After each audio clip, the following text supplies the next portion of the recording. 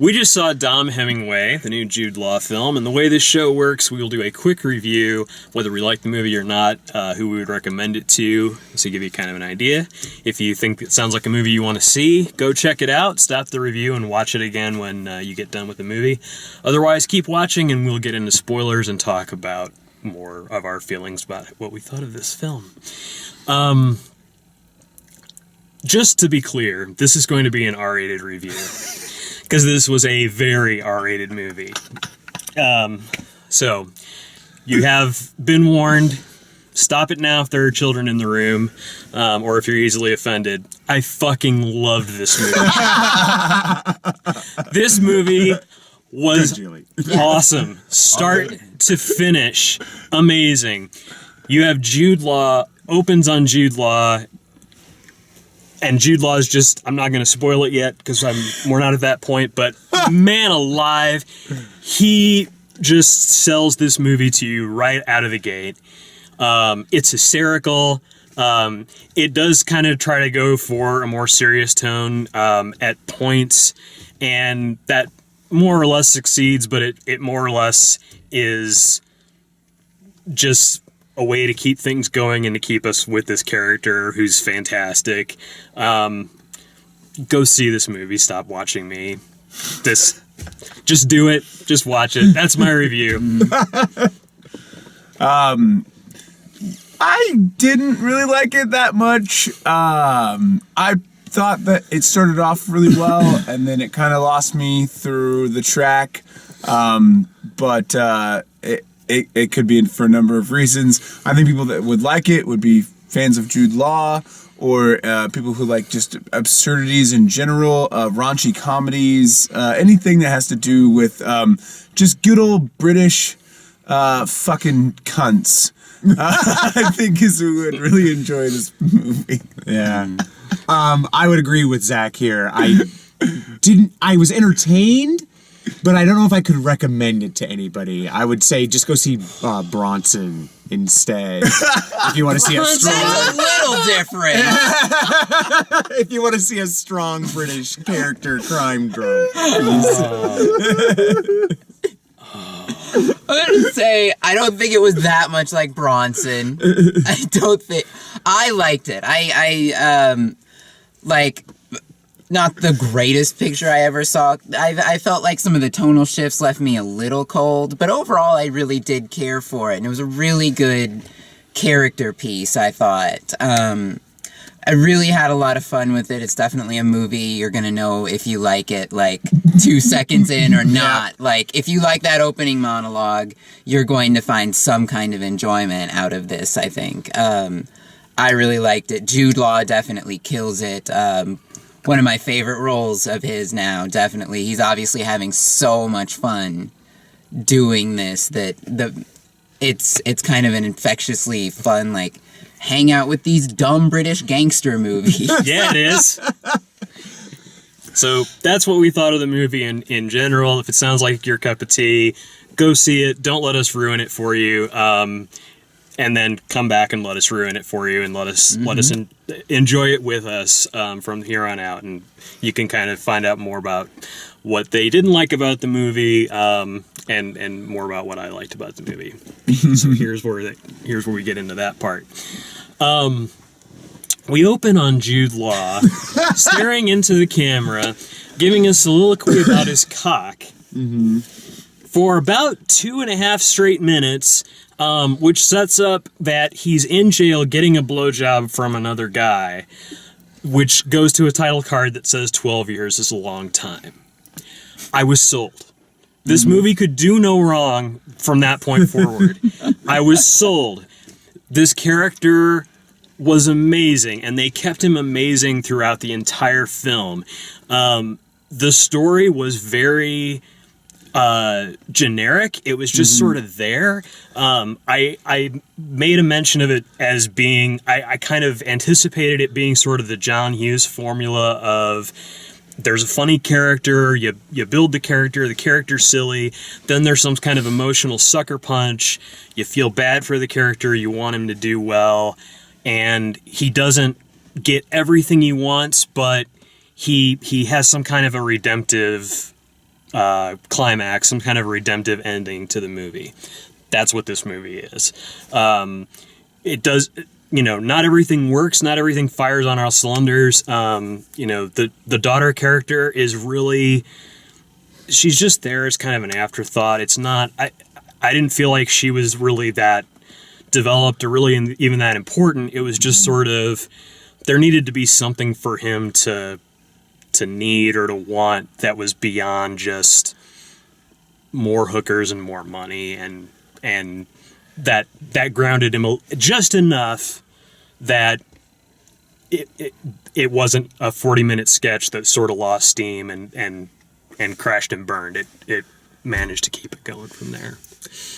I just didn't buy the stakes. That was the problem that I had with the movie, because it was so generic. It was just like, your daughter, who's already in her late 20s and has her own family. I didn't buy that he was that concerned about it. And then, like, the way it resolved itself was not satisfactory for me at all. It felt like, you don't deserve it. Well, yeah, you do, because you're this awesome character. So I think, the big turn seemed to be when, and there's so much of this that I really liked. I loved him, sort of appreciating being ripped off by the girl. Mm-hmm. Yeah. He was like, well done. Fuck yeah. And I agree with you. I think that was a satisfying ending, because it wrapped up the whole arc of what was really going on, and it's super spoilers, I guess, but he was always fucking things up for himself because he was so angry. So it was very satisfying to see it wrap up nicely and very in character for him too, because he was always really polite to ladies throughout. Really liked that. I liked when he just sort of he just asked her why in the car, and she was like, do I look like I want to be poor? Right. You respected that. Okay. Good on you. Go for it. Emilia Clarke, by the way, who played the daughter, looks so completely different in this than she does in Game of Thrones. It was kind of bizarre. They turned her into Natalie Merchant for this movie. Yeah.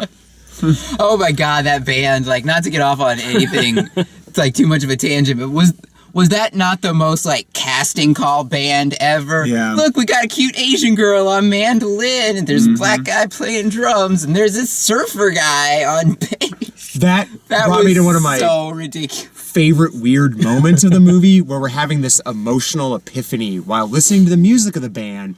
So let's just fade out this band and bring up generic Muzak in the background. That was funny. That was funny. The soundtrack of this movie is really amazing. When they brought in the Clash, I was like, yes, it's so Primal perfect. Scream, Pixies. It was really good soundtrack. Lots of great stuff. And I felt like the song that they picked for her was sort of, it was almost ironic. It was like a double entendre. Here's a really good famous song, but it's also kind of it's the cheesiest song in the movie, Yeah. It's even cheesier than the one that the girl really badly sings in France in the villa. Wow. That was painful. Let's talk while she's trying to sing, because it's not rude at all for us to talk while she's trying to sing over the top of someone else's song. She loves to sing. I was sad we didn't get more of the Russian guy. See, that's, oh my god, that's what I had that problem with Russian the guy. forced dramatic moments, is it took away from all these great characters they set up. Like the one-handed guy, the crime boss. They never spent enough time with them, because it was like, well, we got to get to the next artificial drama moment. Yeah, I would have liked to have seen them stay with some of that. I don't know. For me, that maybe that's what it was. I wanted to see him get back into it. I wanted to see what 12 years will do to a man, and what lengths he'll go to. I guess they did that. He fucked us safe, dude. Yeah, He did fuck a save. I don't know. big I guess But then he didn't get anything out of it. No, and then he almost got his dick cut off. yeah, Well, I that know was- you kept saying he kept fucking up, but he didn't And that really. was the resolution, was that he learned To keep his mouth shut one time? Yeah. If he could just, like, keep his mouth shut, keep it on the down low, like, it will not work out so badly for him. Because even right there in the safe thing, like, it all goes south for him because he can't resist talking up how great he is and going, "I'm fucking Dom Hemingway!" By the way, was that not the most times you've ever heard a character's name in a movie? I'm close. Yeah. Yeah.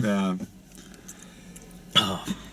It was. Yeah, I don't know. It just really speaks to how great those characters were that I wanted to spend more time. I agree them. with you, and I also liked that that those like the criminal characters, and not that Emilia Clarke was bad in it. They just didn't give her anything to do. Yeah. They didn't give her husband, boyfriend, whatever he was, anything to do really, but he was fine. But I felt like those supporting characters that you guys wanted to see more of, I felt like it was great that those were not like super well-known actors. Like if the Fontaine guy had been like Antonio Banderas or something, Oh yeah. it would have totally ruined it for me. Yeah. It was so great to see these sort of unknown people just come out and wow you. Well, the guy who played was it Fontaine? Was it the crime boss? Fontaine was Right. the Russian guy. He's played a character similar to that before in Weeds. He's the president of Mexico. Okay. And it's a very similar character for him, except for that this time he had it was more abrasive in the sense of like what situation he was in, because Weeds is a TV show and this is a film, so it had to be more to the point. But I think that he nailed it, and I loved the way that he played that character, and I wish they wouldn't have done what they did to him so soon. It's just like, I don't know, like set that up. I wanted to see more character behavior out of Dom, in the sense of like set up a situation, see how he handles it, watch him fuck up, watch him get out of it, next situation. That's all the movie was. It felt like, particularly at the beginning, it was kinda almost what I like think, too. Crocodile Dundee. Like, let's just set him up, like when he couldn't smoke in the bar, and like, oh, so much has changed in the past 12 years. I'll tell you what, the thing that really, I mean, I was impressed by a lot of things, and I really enjoyed the performance. I really enjoyed the sense of humor that this movie had, and Jude Law's performance, and all of those things. But I also liked that the way they told the story. What I was expecting from the trailer was that all of the fun was going to be pre-jail. And that he was going to go to jail, and that he was going to go and seek redemption and seek forgiveness from his daughter after the jail thing. The movie completely subverted that expectation of mine by starting him out in jail, and everything that you see in the trailer happens after he gets out. Yep. He's just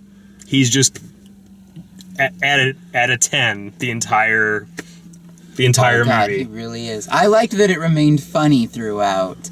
Yeah. Too, that the tonal shifts do not really kill the momentum that movie has. Yeah. As it does remain very funny and engaging throughout. Like, even though some of it does fall flat with the daughter, like, it doesn't really detract too much for me. I loved, think. like, he's still himself, like, using terrible language in front of his grandson. And his grandson's just like, that's cool. Like, he's just, like, down with it, like, hanging out with his granddad. For me, the whole movie could have been Jude Law and that little kid. Oh, like, just they're talking cute. about Definitely. shit. Yeah. Back and forth. I wanted to see the walk to school. Yes. Which I think I think that says a lot about, like, I think to focus on how things worked out with the daughter, I think is missing the point. I think the grandson was more important. That I will agree with. That makes sense to me. Like, maybe he didn't want to be there necessarily. Like, he couldn't make amends fully with the daughter, but he had an opportunity to make it be an influence in this other child's life at the time when he should have been for his daughter. And for his daughter to say, like, I'm not going to walk home with you, but you can walk my son to school. Yeah. Like, that's huge. Like, that. Yeah. to tell your dad that after he's fucked up this bad, like that's pretty. That awesome. gives him. That actually does give him more grounded purpose to me, as opposed to him being like, I need redemption from everybody who either fucked me over or I got fucked over by or whatever. So it's like whatever the situations that all these things that happen in the past, he goes and tries to redeem somehow, except for like this one which happens in the moment, and he finds out he has a grandson, and it's like, oh, well, now this is like, okay, really important to me because I can influence his life in a more positive manner than anyone else's life I've ever done before. And then that redeeming quality I will give a lot of credit to. Yeah. I also love the Melody character. That's, The one American. Great. And super American. Yeah. Like, Super American. Oh, yeah, she's very American. This character just shows up in the pool when they're, all hanging out in the swanky party, and she's in the car wreck that is in the trailer, and he later finds out, but he saves her life, and he finds out that if he hadn't saved her life and he had just gone back to the villa like he wanted to, he could have gotten his money back. So he kind of traded her life for the money, and then he runs into her, and he's like, I could have gotten the money, and she's like, but you saved me, and, that's when your luck will change back, and I like that. I like that they had this sort of, I don't know, she was like... It was the most redemptive thing he did. Yes. Throughout it. It showed that he was a good person. Yeah. And she was also one of these, like, we talked about how, like, the whole world seems to play by the normal rules of the world, except for him. Like, he's just outside of it. He's a drunken superhero. Yeah, that's pretty accurate. Yeah. Drunken superhero. It's like Wolverine on a bender. Just Except completely insane. he has the even better quality because Wolverine doesn't yell, "You fucking cunt!" Yeah. Close, though. He comes close. Close. Yeah. Close. Yeah. Yeah. Depends on which Wolverine you're talking about. Yeah. Yeah, I don't... Yeah. It's... Man.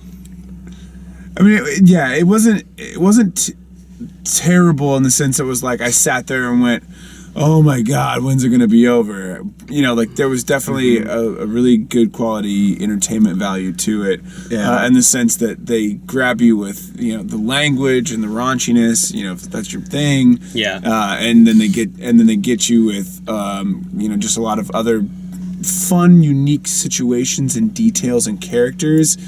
And then, of course, they do bring it in with some groundedness, and so I think it does have a lot of everything you want, especially because, what was it, a BBC film? Like, they said that it was part of they did something, I mean, it wasn't, like, major budget. No, it's a little Fox Searchlight movie, and this is the only screen it's playing at in town. Yeah. It's opening wide this week. It came out 2 weeks ago, most other places. And, I mean, for an R-rated comedy... Like, I saw Haunted House 2 last night. And that's playing at 40 theaters in town. And that isn't, like, there are 3 jokes in that movie that work. And the rest of it is just dreck. It's just the same old spoof, the same old boring movie that you've seen before. I mean, if you like Anchorman, like that, there's a ridiculous set of characters and ridiculous circumstances after ridiculous circumstances. That's a good comparison. If you have Anchorman and you just turn up the vulgar and turn up the British to 11, I see what you did there. Yeah. Like that's turn up to 11. That's what I love about this movie. That's our review. Thank you for watching. Please check out all the movie reviews here on YouTube and at dalemaxfield.com. Thanks for watching. Things are looking up.